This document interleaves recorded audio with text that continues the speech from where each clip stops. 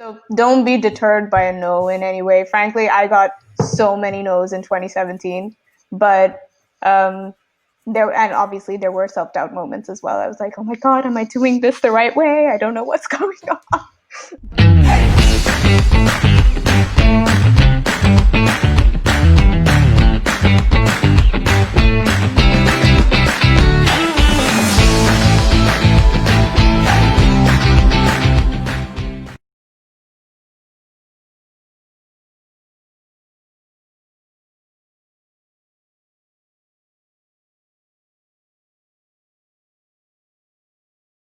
Spandana Palaypu, thank you so much for joining me all the way from the United Arab Emirates. How are you? Good, good. Thank you. Thank you for having me.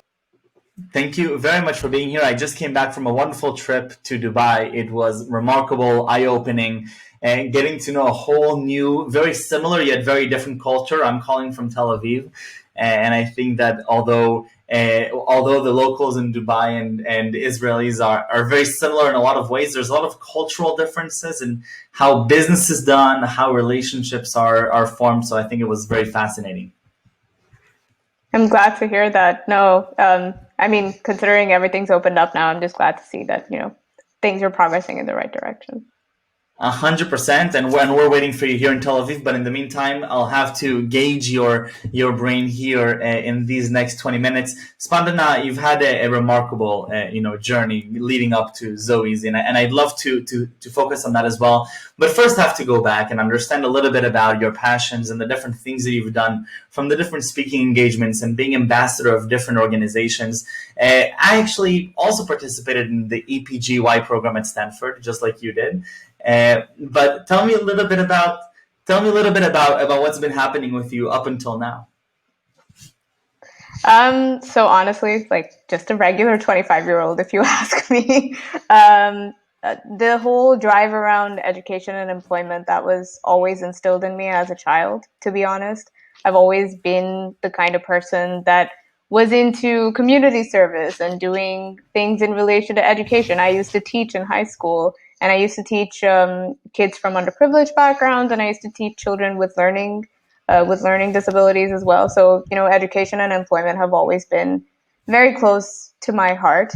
And I also come from a very strong entrepreneurial family. So, like, my dad's an entrepreneur, my uncles are entrepreneurs. So, that I think also kind of instilled a little bit of that business spark within me when I was younger. Mm-hmm. And I knew that I wanted to do something that was in relation to education, employment, or healthcare, but I didn't really know what was the right path to kind of pursue for that. Do I go into medicine because medicine was something that I had considered at one point, or do I go into business? And being from a traditional South Indian family, business is usually like a weary subject to choose. You either go into engineering or you go into medicine. Those are your two key career choices. But I remember sitting my parents down and like taking them through this entire decision matrix of why I thought like business was the right option.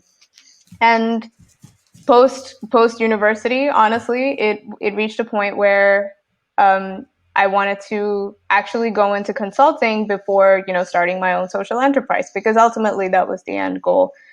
But as I was applying for jobs and I even got an offer from a big four. At the same time, I was also working on ZoEasy as an idea, because I mean, growing up in the UAE, you do get to interact with people from diverse backgrounds, different walks of life, and a big part of that is the blue collar community. And so, hearing their stories is truly, it's a remarkable experience, because you meet engineers who are working as cleaners, you meet waiters who actually have teaching backgrounds. So, these are people that are actually skilled but end up in different circumstances, mainly because of middlemen and brokers in their home countries who sell them a dream, which is very different to reality. And in the process, they even pay almost $3,000 to find employment abroad, you know. So Wow. that was when that spark kind of instilled within me, and I knew that this was my purpose and my passion. And so when somebody somebody had come forward and shown an interest in investing in ZoEasy. So that was when I decided, okay, let's give this path a try and see how that goes. I'd love to understand a little bit more about this, about the circumstances. When you say blue collar, what do you mean by that? So so in the UAE, a blue collar worker is essentially defined as somebody that earns about 5,000 dirhams or less. And you have a variation of these professions. So it ranges from unskilled to skilled to semi-skilled. And what I mean by unskilled is, so for example, if you ask somebody to pick up a box and put it somewhere, like something like that, that would be considered an unskilled person. But it can also go up to a skill level where, sometimes some nurses and some nurses are also considered as a part of the blue/gray collar industry. So it's a very wide variation. So it ranges from waiters to the construction industry, hospitality, facilities management. A lot of people that work in these industries fall into the blue collar community. Mm-hmm. And there are almost 4 million blue collar workers in the UAE. So that's 43% of the 4 population. million. It's a massive number. It's a huge part of the community. So you get to interact with them on a regular basis. And that's how I grew up. Like I was always exposed to different nationalities, different communities, different backgrounds. And so that's where you hear about these stories. So tell me a little bit about ZoEasy, and what were some of the insights that you've gained on how to potentially tackle these circumstances that obviously are not ideal. Of course.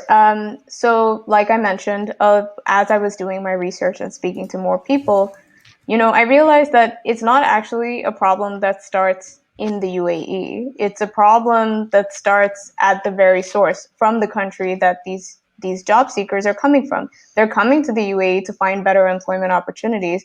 And honestly, I have come across many people who, yes, have come here under a certain pretext, but after joining the firm and understanding that there are ethical employers out here, they have been able to save up and create a better standard of living for their families back home at the end of it.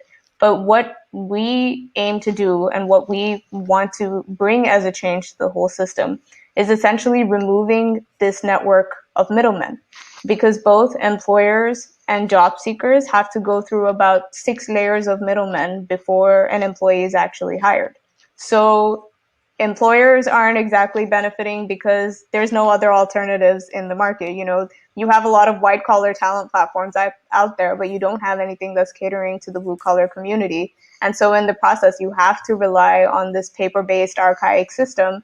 And a lot of employers they pay these middlemen recruitment fees, but they end up with job seekers that aren't exactly the right fit for what they're looking for.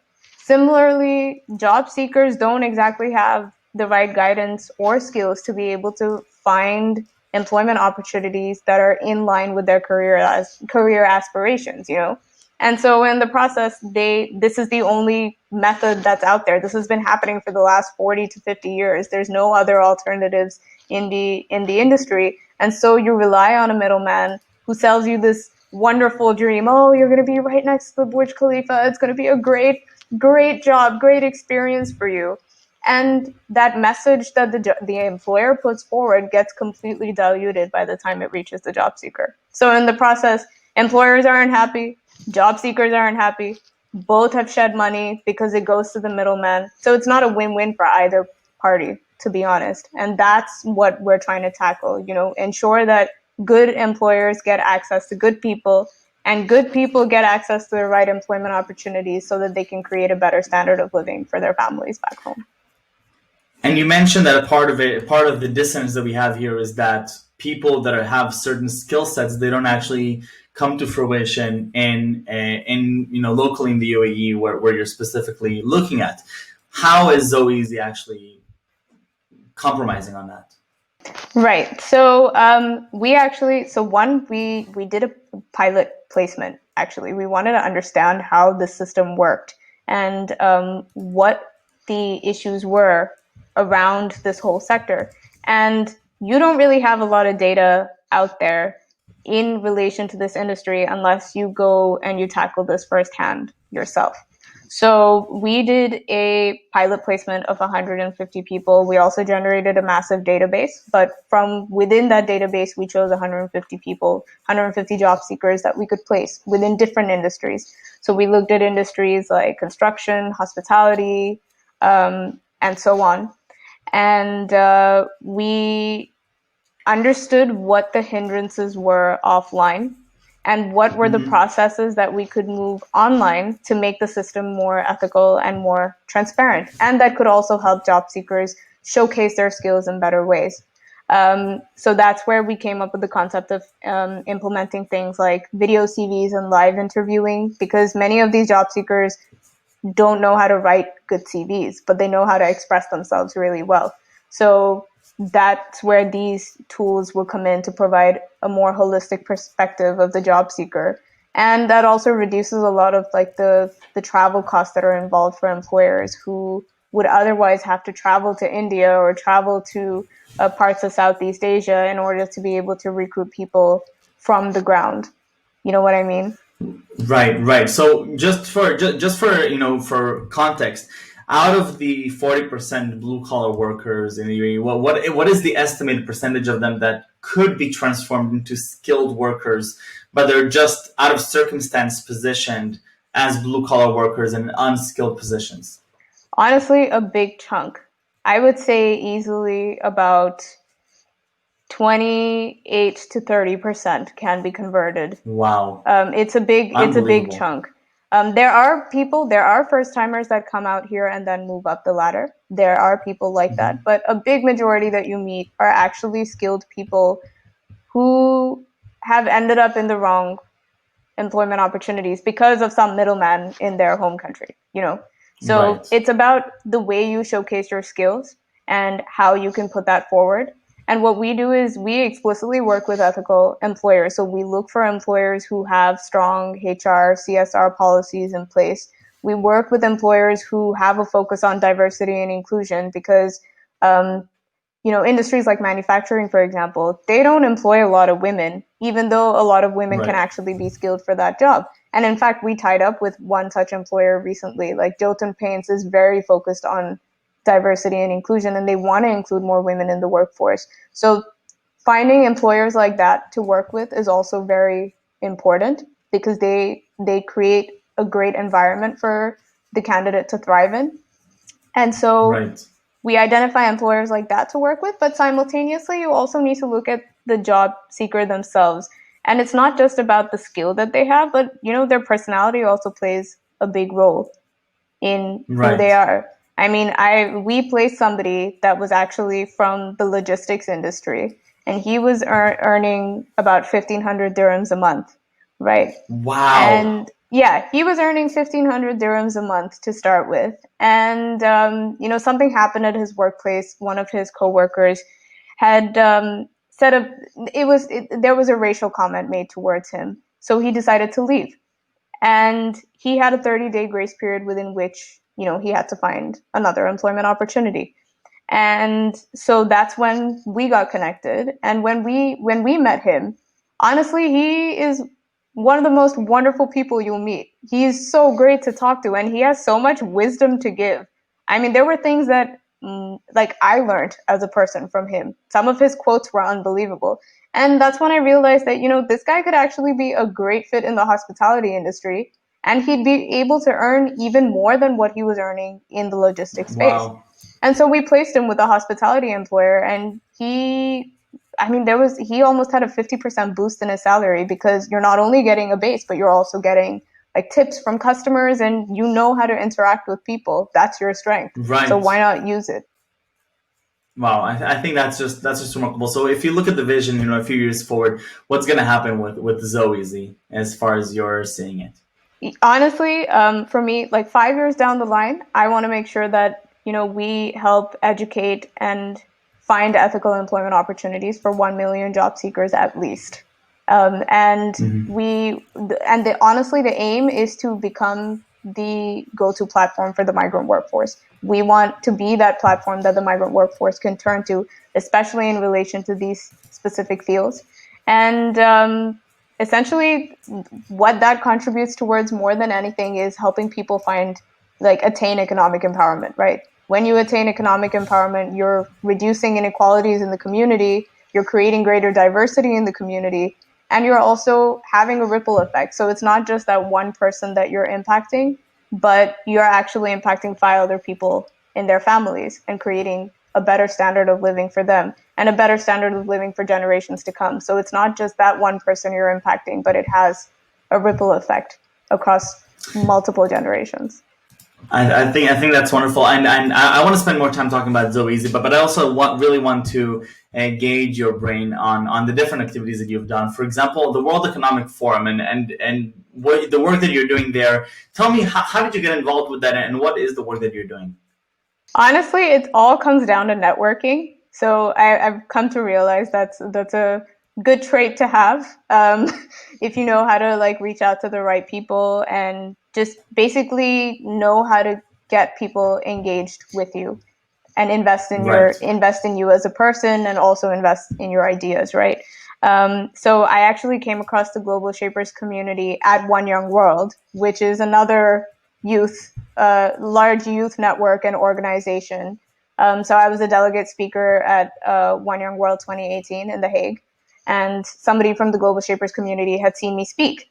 And so we connected afterwards, and she told me about this wonderful community. And what I really like about the Global Shapers community, honestly, is the fact that you have young leaders, but who come from so many different backgrounds and who have so many different skill sets, but you're all working towards the same vision. You all want to create Right. some form of social impact in the community.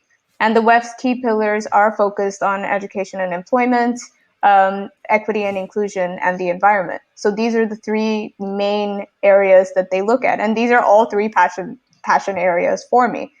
So I joined the Global Shapers community in early 2019, and I was actually a part of helping one of their now biggest projects. So Global Shapers Dubai's current biggest project is with a foundation called the Al Ghurairs Foundation for Education, and they provide scholarships to underprivileged youth for universities.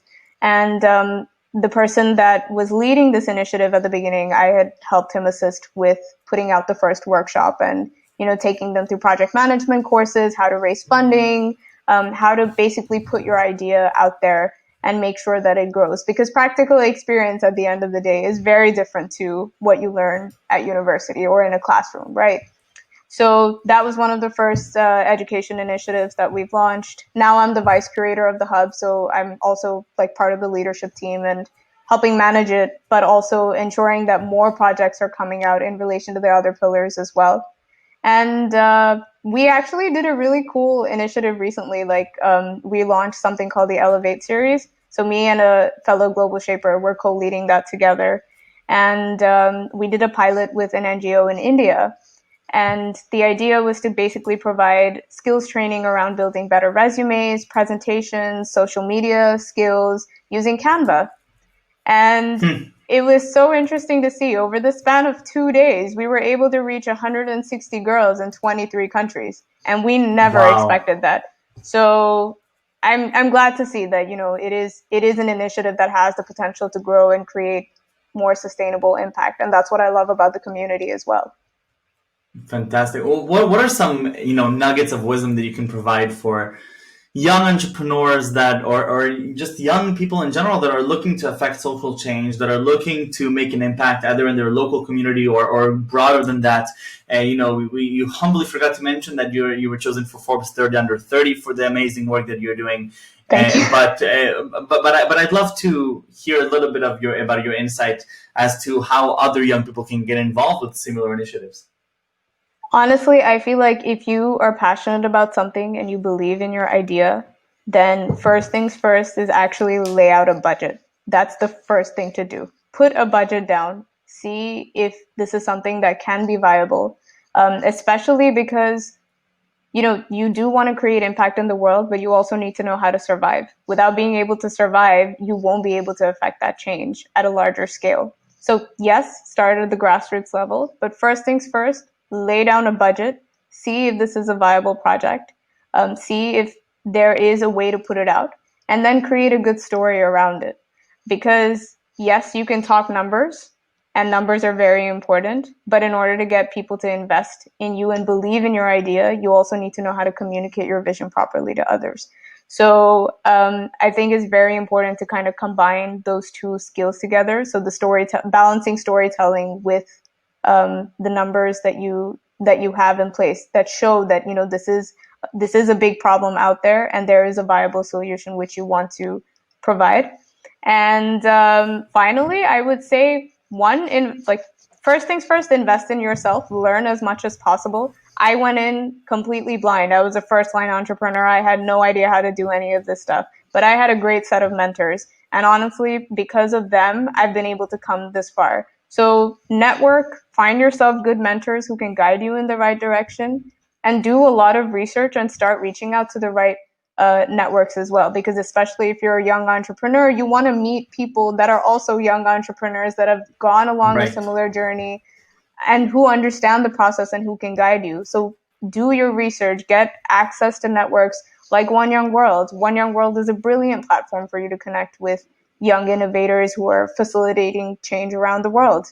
So reach out to networks like One Young World, reach out to networks like the Global Shapers community. Try to identify more networks that you can be a part of where you can connect with people. Randomly cold call. What's the worst that can happen? I mean, somebody will say no. That's it. It's okay. If someone says no, no problem. Just move on to the next thing, but keep them posted on what's happening, obviously, because when your company starts to grow, it will be likely that they will come back and reach out themselves. So it may be a closed door now, but it'll open up at a later stage. So don't be deterred by a no in any way. Frankly, I got so many no's in 2017, but obviously there were self-doubt moments as well. I was like, oh my God, am I doing this the right way? I don't know what's going on. But, you know, one yes can really change the entire game. So just keep at it. I love that. Spandana, thank you so much for being so kind with your time. And this was really wonderful. Before we leave, I have to ask you the most difficult and most important question, which is 3 words that you'd use to describe yourself. That's a very interesting one. It is a tough one. That's like the most difficult one, I would say. Right. So I'm a people person, so very friendly, empathetic. I am also very diverse as a person. I know diverse isn't exactly like a proper adjective, but I would say diversity is a big part of me based on so many different factors. So diversity, and curious. I would say I'm curious. Yeah, curious. I love it. Thank you so much for joining me here. This was wonderful. I can't wait to share this with the world. And I can't wait to have more interaction both between the nations, but also maintaining this connection and keeping open doors and potentially working together sometime. So thank you very much. Thank you. Thank you so much for having me. Take care. Bye.